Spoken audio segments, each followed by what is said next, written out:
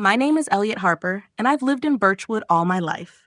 At 29, I've spent most of my time working as a mechanic, fixing everything from broken down trucks to old motorcycles. I've always been the kind of person who keeps to myself, preferring the hum of engines over the noise of crowds. Life here has always been simple, maybe too simple. I don't mind it, until that phone call came on a Wednesday morning, that is. I remember the exact moment my phone rang, an unfamiliar number flashing on the screen. At first, I thought it was a customer calling to complain about something I'd fixed. But when I picked up, the voice on the other end threw me off guard. Mr. Harper, I'm Clara Simmons from Baxter & Co. I'm calling regarding the estate of George Willard. You've been named as a beneficiary in his will. The words felt like they were coming from someone else's life, not mine. I sat up straight in my chair, trying to process what she was saying. I'm sorry, who? I asked, confused. I didn't recognize the name. George Willard, she repeated. He was a retired teacher here in Birchwood. You may have crossed paths with him over the years. I tried to recall anyone by that name, but nothing came to mind. I must have sounded confused because Clara explained, her tone turning more formal. Mr. Willard has left you his house. It's on Pine Hill Drive, and we'd like to arrange for you to visit the property. The words didn't seem real. A house? Why would someone leave me a house? I've barely been able to pay my rent for my tiny apartment above the garage where I've been living for years. My work as a mechanic kept me afloat, but that was it, just getting by. I felt like I was living in someone else's story. I don't understand, I stammered, trying to make sense of it. Why would he leave me a house? Clara hesitated, and when she spoke again, I could hear the faint trace of sympathy in her voice. It's a long story, Mr. Harper, but we'll go over everything once you arrive. Please come to the office. My mind was racing, but I agreed to meet her later that afternoon. When I arrived, my boots felt heavy as I stepped into her polished office, a world away from my grease-stained overalls. Clara handed me the legal document, and as I read through it, the reality of what was happening hit me like a wave. George Willard had left me his house, a 2-story colonial with a big yard. The value was around $350,000, a fortune compared to the modest life I'd always known. Clara handed me an envelope with my name written on it. Mr. Willard left you a note, she said softly. I opened the letter, my hands shaking slightly as I read his words. Dear Elliot, if you're reading this, I suppose I'm no longer around, and you're probably wondering why you are the recipient of my house. I remember you well, though you may not recall me. I'm the one who lived down the street from your workshop. You fixed the brakes on my old car a few times over the years. You never rushed me, never overcharged, and always treated me with respect, even though I was a stranger to you. As I kept reading, I realized something I hadn't known before. My small acts of kindness had meant more to George than I ever imagined. The next few days were a blur. I kept replaying the phone call, the letter, and the house in my mind. A house. I still couldn't quite believe it. The whole thing felt like a dream, and honestly, I wasn't sure what to do with it. The money was more than I could imagine, but it wasn't about the money. It was about George Willard, a man I barely knew, leaving me something so valuable just because I'd fixed his car a few times. He'd written about how I treated him with respect, like I mattered, but it didn't make sense to me. In my mind, it was just what I did, fixing cars, treating people well. But to George, it seemed to mean something more. I'd been to his house just once before the inheritance. It was a simple house on Pine Hill Drive, the kind you see in small towns. Charming, cozy, a little rundown. The lawn was overgrown, and the front porch was always creaking with the weight of George's aging years. I never thought much of it. I just went about my work, always polite but distant. But after reading that letter, I saw everything differently. He had been lonely. He had no family left, except for Sophie, his niece. I thought back to the conversations we'd had. He'd always wanted to talk about the weather, his old days as a teacher, his love for classic cars, and I'd always listened, but I never really saw him. I had been so focused on my own life, my own struggles, that I'd missed what was right in front of me. A man who wanted connection, someone who had no one to talk to but the mechanic down the street. I visited the house again the following week.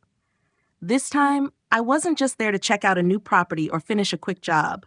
I was there to figure out why this had happened, to understand why he had chosen me. The house was quiet, too quiet. It felt strange walking through the empty rooms, knowing that this had been George's home. There were pictures on the walls, old photos of a younger George with what looked like his niece and nephews, memories of a life long lived. But then, I found something I didn't expect, a photo of me. It was a picture from the time I had fixed his car that rainy evening, the one he mentioned in the letter. I had no idea he'd even taken it, but there it was, tucked away on his mantle. He'd kept track of all our little moments, the repairs, the small talks, and in some way, I had mattered. I couldn't wrap my head around it. As I walked through the rooms, I noticed the little things that made the house feel like a life had been lived there. The well-worn armchair in the living room, the small table by the window, where George used to sit and drink coffee in the mornings. He'd left the house just as it was, as if he were still here, watching me walk through the rooms. I felt this overwhelming sense of guilt. What if I had known sooner? What if I had spent more time with him? What if I had recognized his need for company? I'd been so focused on my own problems, barely scraping by at work, just getting through the days, that I never thought to reach out. But as I stood there, I realized that George had seen something in me, something I hadn't fully understood myself. Maybe he had seen the kindness I didn't even know I was giving, the quiet way I tried to make life a little easier for those around me. And now, with this house, he had given me more than I could ever repay. The weight of it settled on me as I stood there, staring at the photo of me, taken in passing, yet somehow it felt like everything had come full circle. It was more than just a house. It was a gift that I didn't feel worthy of, but a gift I knew I had to honor. The days after my second visit to George's house were a mix of confusion and disbelief. I had inherited a house, a beautiful, spacious colonial home, but I wasn't sure what to do with it. It felt like I had stepped into a story that wasn't mine. The house was full of memories that didn't belong to me, but somehow George had entrusted it to me. His kindness, though overwhelming, made me question myself. Why me? Why not his family? It was a Saturday when Sophie Willard, George's niece, showed up on my doorstep. I had been outside, trying to fix a broken gutter on the side of the house when I saw her car pull up in the driveway. I hadn't seen her before, but I recognized the stern look on her face as she stepped out of the car. There was something about her that made my stomach drop. I had expected someone to come eventually, but not like this. She walked up to the door with purpose, and I braced myself for the confrontation I knew was coming. "Are you Elliot Harper?" she asked, her voice sharp. I nodded, unsure of what to say next. "I'm Sophie Willard," she continued, her tone icy. "I'm George's niece. I need to talk to you about his estate." The words hit me hard. I had been prepared for the idea that someone might be upset, but hearing her claim the house like it was rightfully hers made me feel small. I didn't want to fight over George's legacy, but I didn't know how to handle the situation. I invited her inside, though I wasn't sure what good that would do. Sophie didn't sit right away. She stood in the hallway, looking around the house with a critical eye, as if judging every inch of it. "This house was supposed to be mine," she said, her eyes narrowing. "I'm the only family George had left. I don't know why he would leave everything to you." "I didn't ask for this," I replied quietly. "George chose me. He left me his house, and I don't understand it either. But it's what he wanted." Sophie's eyes filled with anger, and I saw her clenching her fists at her sides. "You don't know what you're talking about. I was there for him when no one else was. I tried to visit, but he wouldn't let me in. He pushed me away when I tried to reconcile. I don't know why he shut me out." Her voice cracked, and I saw the vulnerability beneath her anger. It wasn't just about the house. It was about a lost relationship, a family rift that had never healed. "I didn't know he was pushing you away," I said, my voice softening. "He was a proud man, but he kept track of you. I saw the pictures of you around the house. He was proud of you, Sophie. He kept every newspaper article about your achievements. He just didn't know how to say it." Sophie's expression softened, but the pain was still there, buried beneath years of resentment. "I didn't realize how much I had hurt him," she whispered. "I thought he'd always be there, waiting for me to come around. But when I finally decided to try again, it was too late." We stood there, in the middle of the living room, both of us grappling with the weight of George's absence. For a long time, neither of us spoke. It was clear that we were both mourning the same man in different ways. Sophie, the woman who had always been the rightful heir, felt robbed, and I, the stranger who had no idea I mattered to George, was suddenly faced with the responsibility of honoring his memory. Finally, Sophie spoke again. "I don't know if I can accept this," she said, her voice raw, "but I don't want to fight.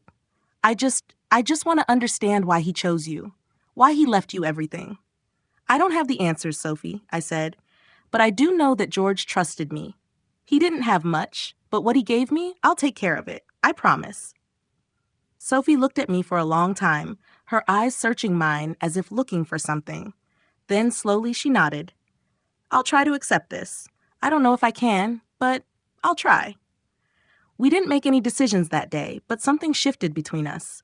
It wasn't a resolution, but it was a beginning of understanding and of letting go of the bitterness. We agreed to talk again soon, but I could tell that Sophie was still struggling with the loss of her uncle and the unexpected turn of events. I wasn't sure what the future held, but one thing was clear. George's house wasn't just a building. It was a bridge between the past and the future, between people who had been separated by time and hurt, and now it was up to us to figure out how to move forward together. A few weeks passed after Sophie's visit, and things between us remained tense, but there was a quiet understanding that hadn't existed before. She still had her reservations, but she wasn't as angry, and I wasn't as defensive. We agreed to meet again to discuss the house and figure out what to do next, but I wasn't sure what the right decision was. I had inherited George's house, yes, but it was clear that Sophie was the one who had the deeper connection to him, even if that relationship had been strained. During this time, I focused on adjusting to life in the house. I had been working on some repairs, fixing up the place so it would feel more like my own. But every time I picked up a tool, I felt this weight, the weight of the house, of George's memory, and now of Sophie's presence in my life. It felt like I was walking a tightrope, not knowing whether I was supposed to continue George's legacy or hand it over to Sophie to preserve. Then, one afternoon, Sophie came by unannounced. She had a different look on her face this time, less angry, less upset. There was a sense of purpose behind her eyes. And as she stood at the door, I could see she was no longer the person who had stormed in weeks ago. "I've been thinking," she began, her voice quieter than usual, "about everything. About George, about the house, about us." She paused, taking a deep breath. "And I think I've been holding on to the wrong things for too long. The house, it's not about who gets it. It's about what it represents. And I think George wanted you to have it because he knew you would care for it." Her words hit me hard. I hadn't expected this shift. "Sophie," I said, my voice low, "I never wanted to take anything from you. I know this place means something to you too. I didn't know how to handle it, but I've tried, in my own way, to honor George's memory. I'll do whatever it takes to make this right, but I'm not sure what that means anymore." She nodded slowly, stepping inside. "I've been angry at myself for so long," she admitted, her voice cracking slightly. "I was so focused on what I thought I deserved that I didn't see how much George needed me. He didn't push me away because he didn't care. He pushed me away because he was hurt, and I wasn't there when he needed me the most."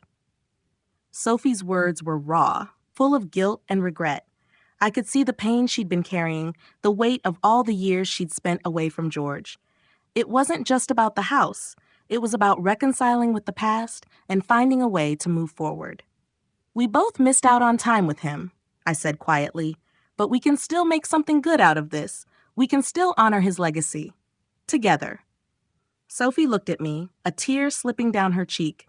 For the first time, I saw vulnerability in her eyes, a real sense of loss. She wiped the tear away, but there was a newfound clarity in her gaze. "I think I've been running away from a lot of things," she said, "but I'm not running anymore. I want to help. I want to make this work, not just for me, not just for you, but for George. He wanted us to remember the good things." It was then that I realized how much had changed. In this old house, filled with George's memories and his quiet presence, Sophie and I were finding our own way to heal. The anger was fading. replaced by something far more important: understanding. And for the first time since all of this had started, I felt like we were on the same page. We weren't fighting over a house anymore. We were fighting to keep George's spirit alive, to preserve the kindness and connection he had tried so hard to build in his later years. Sophie and I spent the next few hours talking, mapping out a plan for the house. We'd take it one step at a time, fix the place up, make it a home again, not just for us, but as a place where George's memory could live on. There was still a lot to figure out, but this felt like the right place to start. And as I looked at Sophie, I knew that whatever happened next, we weren't alone in this anymore. As the weeks went on, Sophie and I fell into a rhythm, a partnership I never expected to form. We spent our days working together, the house becoming more of a reflection of both of us, not just of George. There was something calming about the quiet hours we spent cleaning, painting, and organizing, and the more time we spent together, the more I saw sides of Sophie I hadn't noticed before. She wasn't just the angry niece who had felt betrayed. She was someone who had been through her own struggles, someone who, like me, had been lost for a while, trying to find her place in a world that often didn't seem to care. It wasn't just the house that was changing. We were both changing. I found myself opening up to her in ways I never had with anyone. The walls I'd built around myself slowly began to crumble as we shared our stories, our regrets, and our dreams. She told me about the years she spent away, the distance she'd kept from her family after her disagreements with George. I could see the weight of that decision in her eyes, and I realized it was similar to the weight I carried, the weight of missed opportunities and unspoken words. One evening, after a long day of work, we sat on the porch of the house, the sun just beginning to set behind the trees. The air was cool, and the smell of fresh paint still lingered around us. We hadn't said much, just sitting in silence, but it wasn't an uncomfortable silence. It felt peaceful, like we had finally found some kind of unspoken understanding. "Do you ever think about how we got here?" Sophie asked, breaking the silence. I thought for a moment, the question catching me off guard. "What do you mean?" "I mean," she continued, "how everything led us to this moment.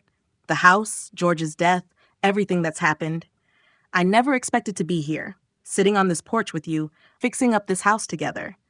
I thought this would be the last place I'd ever want to be." I nodded, the weight of her words sinking in. I hadn't expected any of this either. A month ago, I was just a mechanic struggling to get by. Now, I was living in a house that had been left to me by a man I barely knew, trying to navigate a relationship with his estranged niece. The whole situation was surreal. I never thought I'd be here either, I admitted. This house, it's not what I expected, but it's what I needed. I think George knew that. He saw something in me that I didn't see in myself, and now I'm learning to see it. Sophie turned to look at me, her expression softening. I think he saw the good in both of us, and maybe, in some strange way, he brought us here so we could find it in each other. Her words hit me harder than I expected. For so long, I'd thought of this whole situation as a burden, something I didn't deserve. But sitting there, in the quiet of the evening, with Sophie by my side, I realized something. This wasn't a burden. It was a gift. Not just from George, but from the chance to rebuild, to reconnect, and to find something meaningful in the midst of all the pain and confusion. "Do you think we can make this work?" Sophie asked, her voice uncertain. "I mean, the house, the business, everything." I looked at her, really looked at her, and for the first time since this all began, I felt certain about something. "Yeah," I said, my voice steady. "I think we can. We just have to do it together." And that was it, the moment when everything shifted for me. I didn't have all the answers, and neither did Sophie, but we had each other, and that was enough to start something new. We didn't have to carry the weight of our pasts alone anymore. We had a future to build, not just for ourselves, but for George's legacy, and that felt like the beginning of something good, something real. The sun sank lower, and we sat there in the quiet, letting the silence speak for itself. This was just the beginning. The days after that evening felt different, lighter somehow. Sophie and I were finally on the same page. The house, which had once felt like a weight on my shoulders, was slowly turning into a home, and the idea of what we were doing together began to feel more natural. The work wasn't easy. There were still repairs to be done, rooms to be painted, and 1,000 little things to take care of. But it didn't feel like a chore anymore. It felt like we were creating something worthwhile, something that was our own. Sophie had taken the lead on organizing George's paperwork, going through the boxes of old letters, contracts, and photos. I hadn't realized how much there was to sift through until we started. There were old invoices, notes from his teaching days, and a handful of pictures that I hadn't seen before. But as Sophie went through the piles, she found something that made her stop. "Elliot, you need to see this," she called out from the study, her voice shaking slightly. I walked in, wiping my hands on my jeans. "What is it?" Sophie was holding a small leather-bound notebook, its pages worn and frayed at the edges. She opened it carefully and handed it to me. "It's a journal. George's journal." I took the journal from her, turning it over in my hands. The leather was soft, well-worn, but still sturdy. I flipped it open, and the first page was dated nearly 20 years ago. As I read, I realized it was George's thoughts, his reflections on his life, his family, and his hopes for the future. Some entries were about his students, others about his personal life. But as I flipped through, I found something that made my heart stop. A series of entries about Sophie. The first one, dated just after she left for college, read, "Sophie's decision to study architecture has been weighing on me. I know it's her dream, but it feels like she's choosing something else over family. I don't know how to tell her that I'm proud of her, but I feel like I'm losing her." The following entries became more heartfelt, more filled with regret. He wrote about their strained relationship, about how much he missed her, but couldn't bring himself to reach out after their last argument. "I pushed her away," one entry said. "I thought it was for her own good, but now I see I was wrong. I should have let her go her own way, supported her in what she needed. Now it's too late." I glanced up at Sophie, who was standing quietly across the room. She looked pale, her eyes filled with a mix of guilt and sorrow. "I didn't know he kept this," she whispered. "I didn't know he felt that way." I sat down at the desk, turning the pages slowly, letting the weight of George's words settle in. "I think he was just trying to figure out how to love you," I said quietly. He didn't know how to express it, but it was always there. Sophie came over and sat next to me, looking at the journal with a mixture of pain and disbelief. "I wish I had known," she murmured. "I wish I had gone back, done things differently." I put a hand on her shoulder, offering what little comfort I could. "You can't change the past, Sophie, but you can honor his memory now. He left this house for a reason. He wanted you to have it, to make something good out of it." She nodded, wiping away a tear. "I know. And I think I've been running from the wrong things for too long. I don't want to run anymore." It was the first time I'd heard her speak so openly about her regrets, about the pain she'd carried for so many years. And in that moment, I knew she wasn't the same person who had first walked into this house, angry and bitter. She was someone new, someone who was willing to heal, to face the past and move forward. "We'll make it work," I said, more to myself than to her, but I knew it was true. We would make it work. Not just for us, but for George. For the house, for the legacy he left behind, and for the chance to start fresh. Sophie smiled weakly, the first real smile I'd seen from her in a long time. "Yeah," she said softly, "we will." And for the first time since this whole thing had started, I felt a sense of peace. The road ahead wouldn't be easy, but we were on it together, and that was enough. Over the next few months, Sophie and I worked together like a well-oiled machine. We had our moments of tension, of course. Every partnership does. But there was a sense of purpose that came with everything we did. The house, which had once felt like a cold, empty shell, slowly began to transform into something we both could be proud of. We spent our weekends fixing up the place, tackling everything from the creaky floorboards to the overgrown garden that had once made the house look abandoned. It wasn't easy, but there was something satisfying about the work. I started to feel a deeper connection to George's legacy, and not just because of the house itself, but because of what it represented. The chance to make things right, to rebuild, and to heal old wounds.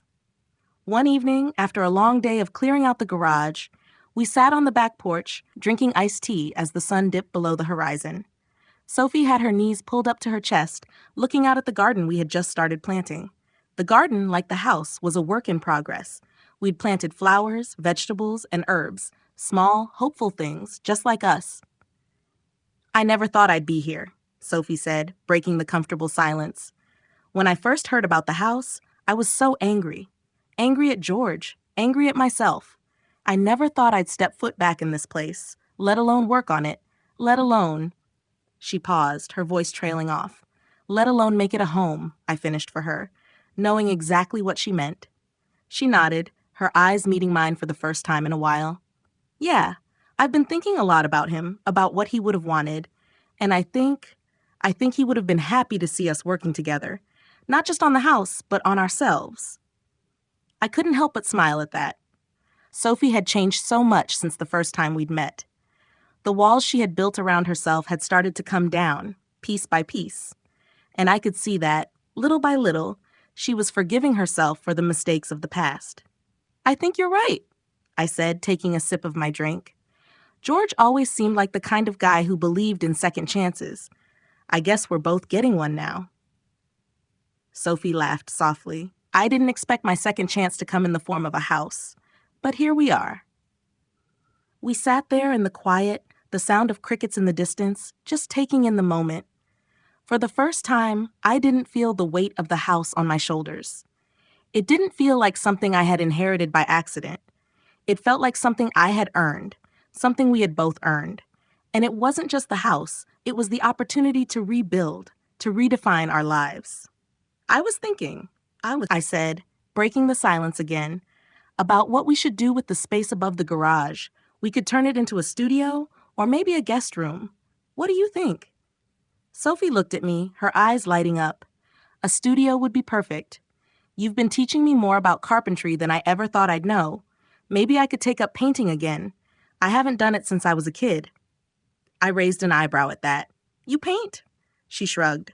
I used to. Just for fun. Nothing serious. But maybe it's time I gave it another shot. Then it's settled, I said, grinning. A studio it is. For a moment, we just sat there, letting the idea sink in. A studio. A place where we could both create, where we could continue working, but also explore new things. It felt like a symbol of everything we were building. Not just with the house, but with our lives. We weren't just fixing walls and floors. We were fixing ourselves, creating something that was ours, from the ground up. Later that evening, as we locked up for the night, Sophie and I shared a quiet moment in the entryway. I looked around, feeling a sense of pride that hadn't been there before. This house, this life, it wasn't perfect, but it was ours. And for the first time in a long time, it felt like enough. I think George would be proud, I said softly, my voice filled with a quiet certainty. Sophie smiled, her eyes reflecting the same understanding. Yeah, I think he would be. And in that moment, I realized we had both found something we hadn't expected. Peace. Peace with the past and with each other. As the months passed, the house continued to transform, and so did Sophie and I. The work we put into the house became more than just physical labor. It was a way of reshaping our futures.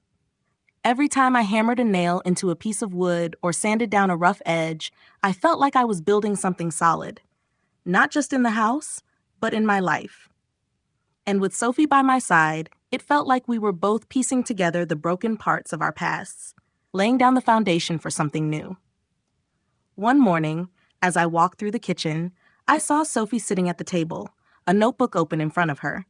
She was scribbling furiously, her brow furrowed in concentration. I'd never seen her so focused, and it made me curious. "What are you working on?"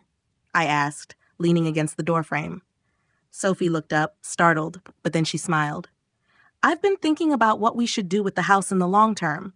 I want it to be more than just a home. It should be a place that helps people, just like George did." Her words stopped me in my tracks. "What do you mean?" I asked, walking over to her. She pushed the notebook towards me.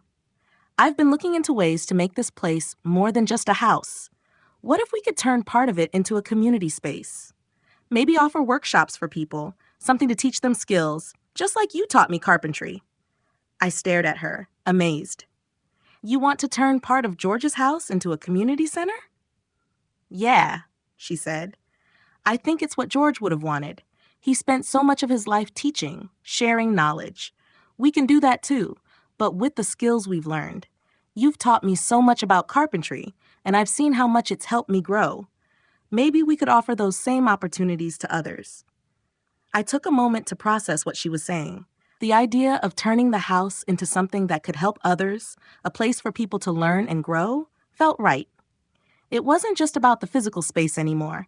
It was about the legacy we were building, the chance to create something that would outlast us, just like George's quiet acts of kindness had outlasted him. That's actually a great idea, I said, feeling a surge of excitement. We could offer carpentry classes, maybe teach some basic home repair skills. I could even start a program for local kids who want to learn the trade. Sophie's eyes lit up at the thought. Exactly.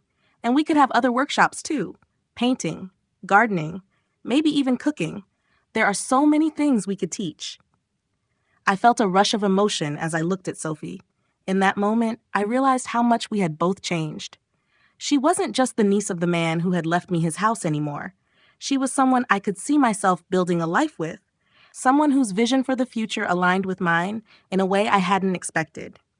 You know, I said slowly, this house isn't just a place anymore. It's a chance to do something bigger, something that honors George's memory and also helps us find a purpose we never even knew we were looking for.